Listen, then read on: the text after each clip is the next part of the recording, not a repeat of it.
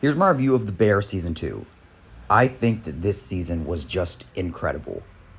In only around, I believe, 10 episodes, it feels like every single character just got so much development and there was just so much heart, and it feels like almost every single episode. I mean, we have entire episodes dedicated to only one character sometimes. Like, one of my personal favorites is dedicated to Marcus when he goes to Europe to learn new dishes. And I mean, we get to see Will Poulter in there, who plays a character named Luca. And I mean, it's just a really slow and somber episode, and it was probably my favorite of the series. It was one of those things where it felt very aggressive, with Luca kind of like almost constantly critiquing Marcus on the way how he's making his food, whether he's cutting it wrong or just plating it wrong. But it still came all across as soft. It was just a very warm episode in many ways.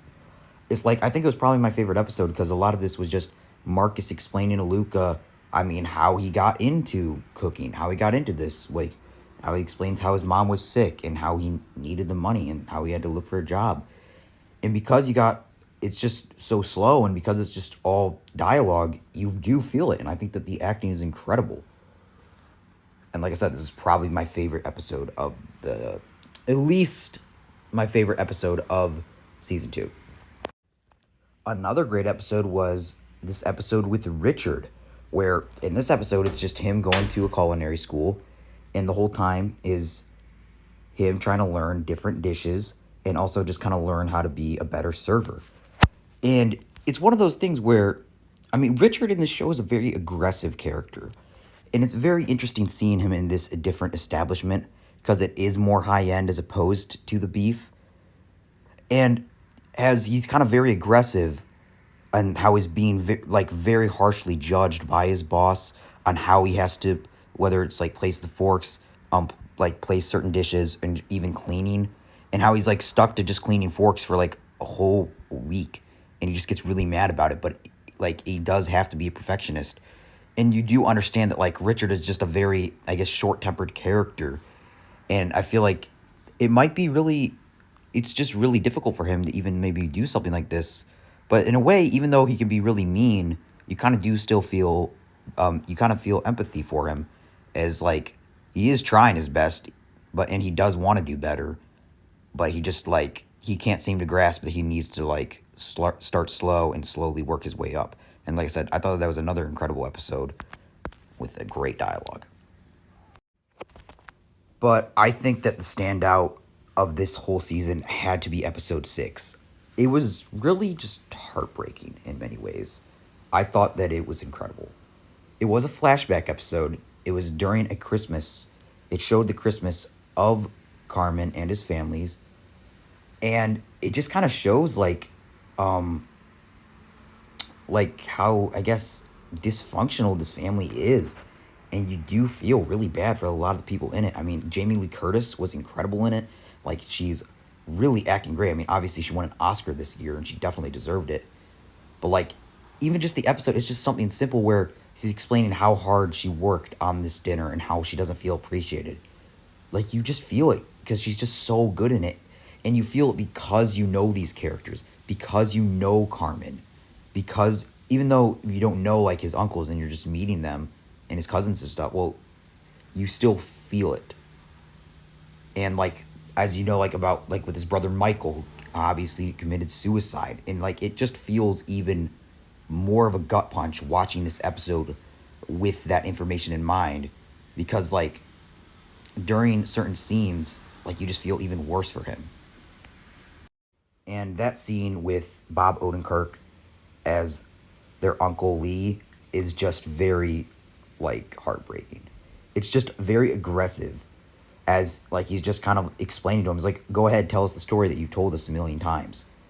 And, like, at the beginning of that scene, like, when that first starts, like, it almost feels a little jokey and just progressively gets, I guess, scarier and tougher. Because at a certain point, I mean, Michael throws a fork at Lee. And I mean, obviously, at first, like, it's kind of as a joke, and then it does feel more aggressive because we do know that Michael obviously does have mental issues. And it just makes it feel even worse. It makes us feel worse. And I mean, John Bernthal is just an incredible actor, so it's just allows it to be even better. And I do think that Bob really did good right here. I mean, I've never seen him in anything else other than Nobody, but I thought that he was just great. And I thought that he was probably a standout of this episode besides Jamie Lee Curtis, but I think he was my personal favorite character of this episode. And I thought that Sydney had a lot to shine in this season. I mean, she got some episodes that felt like all to herself, and I thought that she was probably. I would probably have to say she might be my favorite character of this season. It's very hard to tell, but I thought that she was great in every single episode. I mean, she was in almost every single one, but like in the episodes where it was mainly focused on her, she was great. But even the ones where she was a side character, she was still fantastic. I just loved this character.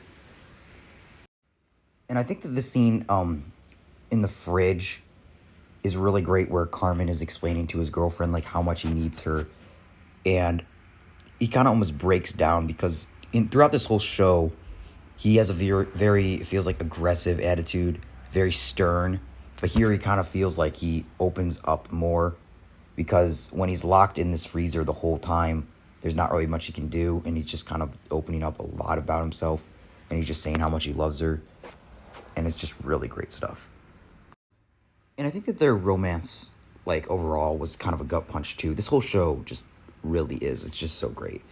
I mean, they don't end up together because Claire kind of does a lot. Like she kind of points out his flaws and kind of feels like they can't be together.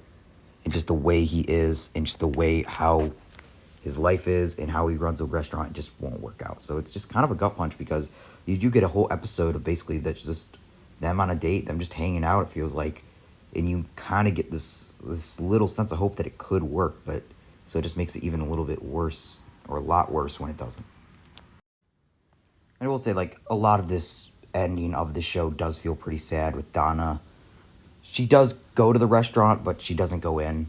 She like kind of runs into another worker, just like, and tells him that like she can't go in, but she's almost just there to check on him. And it makes you just feel really sad, but also like a little happy because you know she at least cares about them. And like I said, I think that Sydney is probably the best character in this season.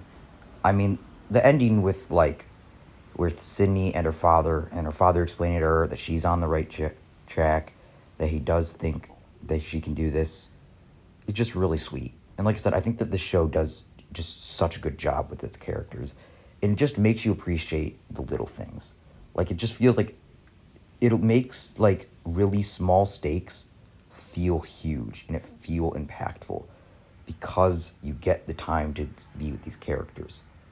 Like even some things that don't really feel like it's super necessary, it's able to turn into something special. Whether it's the scene with Marcus and Lucas, or Marcus and Luca, and Marcus explaining some of his problems, or even Richard, who's a character I'm not really the biggest fan of because I just feel he can be a little too aggressive and annoying. You still care. And I think that's what is just so good about this show. Yeah, but overall, I thought that this was an incredible season. I'm very much looking forward to season 3. And I don't really have any major complaints. I mean, I didn't get to go in depth on everybody. Like, I missed out kind of talking about Natalie, Vac, and Tina. They were all great in this, although they did feel like they weren't as important as everybody else. I thought that overall the show is just great with its characters. And it's just very just calm to watch, even if it can be intense. It's just a very just engaging show. And overall, I thought this was a great season. I thought this is a great show, and I'm really looking forward to season 3. Overall, I highly recommend the show if you haven't watched it yet. And yeah, overall, if I were to give it like a rating, I don't really like to do number scores, but I probably put it in the 80 percentile. Overall, it was great.